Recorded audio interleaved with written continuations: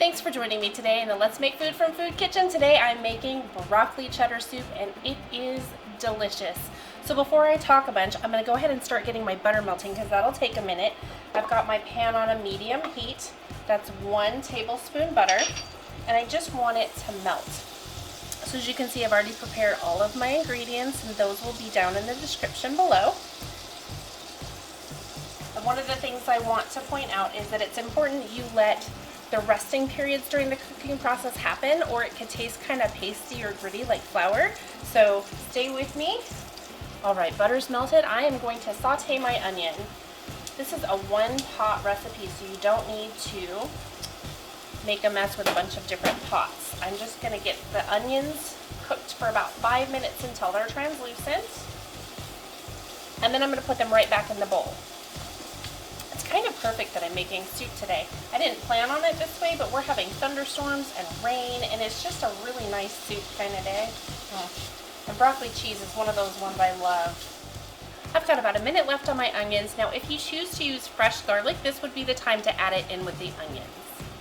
All right, I'm gonna go ahead and start taking these out of here and just get them in my bowl. Okay, I've got my onions cooked. They're back out of the pot. I'm just gonna set it aside. The next thing I'm gonna do is I've got 4 tablespoons of butter. I'm gonna put that right in the pan. Again, we're on medium heat right now and turn it down just a tiny bit. I don't want my butter to brown. I just want it to melt. You'll need a whisk for this step and 1/4 cup of flour, and this is unbleached white flour. Once this butter gets melted, I'm going to pour in my flour and I'm going to continually whisk it until it turns into a roux, which should be like a thick paste.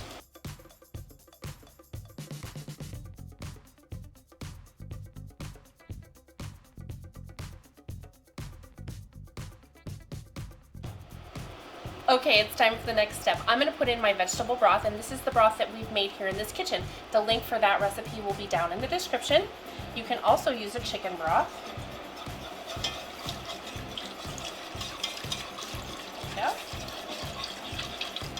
And we just want that to come up to a boil. And you want to keep stirring because what's going to happen is that flour and butter mixture is going to start thickening up. And if you don't stir it, it could get lumpy and that's a problem. Nobody likes lumpy soup. So we're going to let that go for a few minutes. I'm going to turn it up so that it kind of you want it to boil briefly. So just kind of keep an eye on it. If it starts boiling, you want to stir it and turn it down a little bit. All right, my broth and flour butter mixture is simmering. I'm going to take my milk and I'm just going to slowly pour it in while I whisk.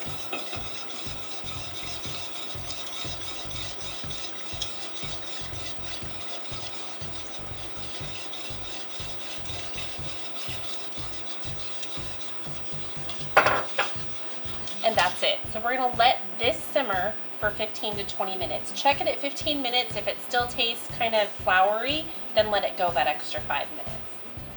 All right, I've got about 5 minutes left, so I'm gonna go ahead and check this. And I just wanna make sure that it doesn't taste pasty or floury. It should taste like vegetable broth and milk, maybe a little butter. Okay, I think that's good. So what I'm gonna do now is add back in my onion.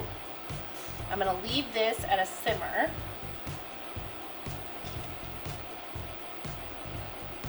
All right, onion is back in.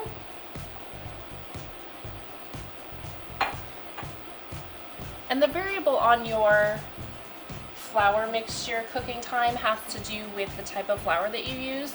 The larger grain flour you use, the longer it's going to take. So if you used a whole wheat flour, that would take longer. In goes our celery.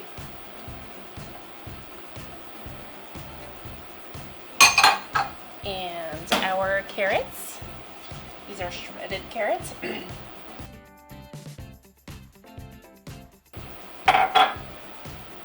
And our finely chopped broccoli.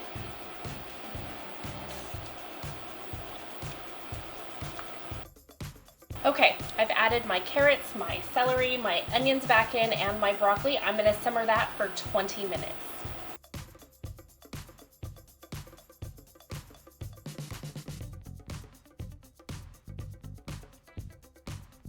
We're about ready to wrap up our soup, but first we need to add our 3 cups of cheddar.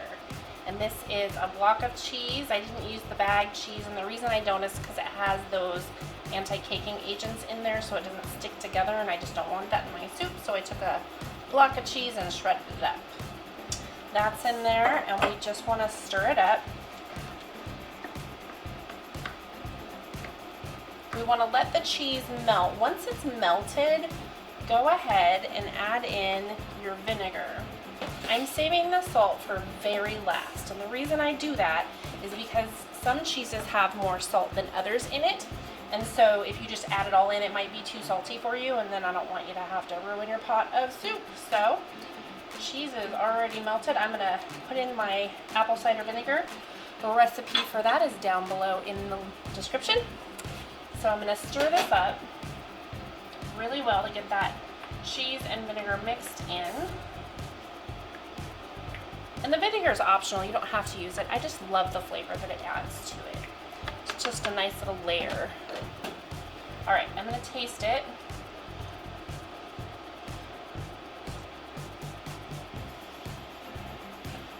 Okay, it needs some salt for sure.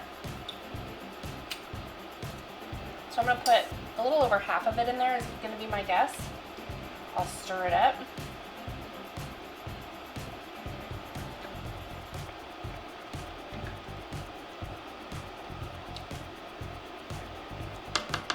Taste it again after I get the salt off my spoon, because that's not gonna give you the right flavor. Okay, here we go.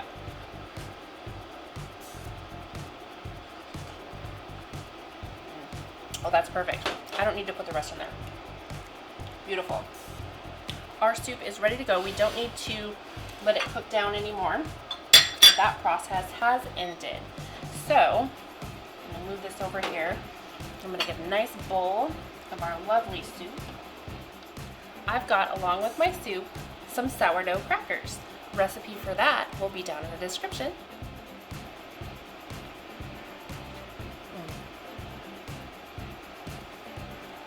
That is so good. And these crackers, they sat overnight and dried out a little bit, which is what you want. Fantastic combination. If you liked today's episode, please click the like button. If you enjoy this sort of content, please consider subscribing to our channel. Recipe and directions are down below in the description. If there's something you'd like to see us make, please let us know what it is in the comments. From my kitchen to yours, let's make food from food.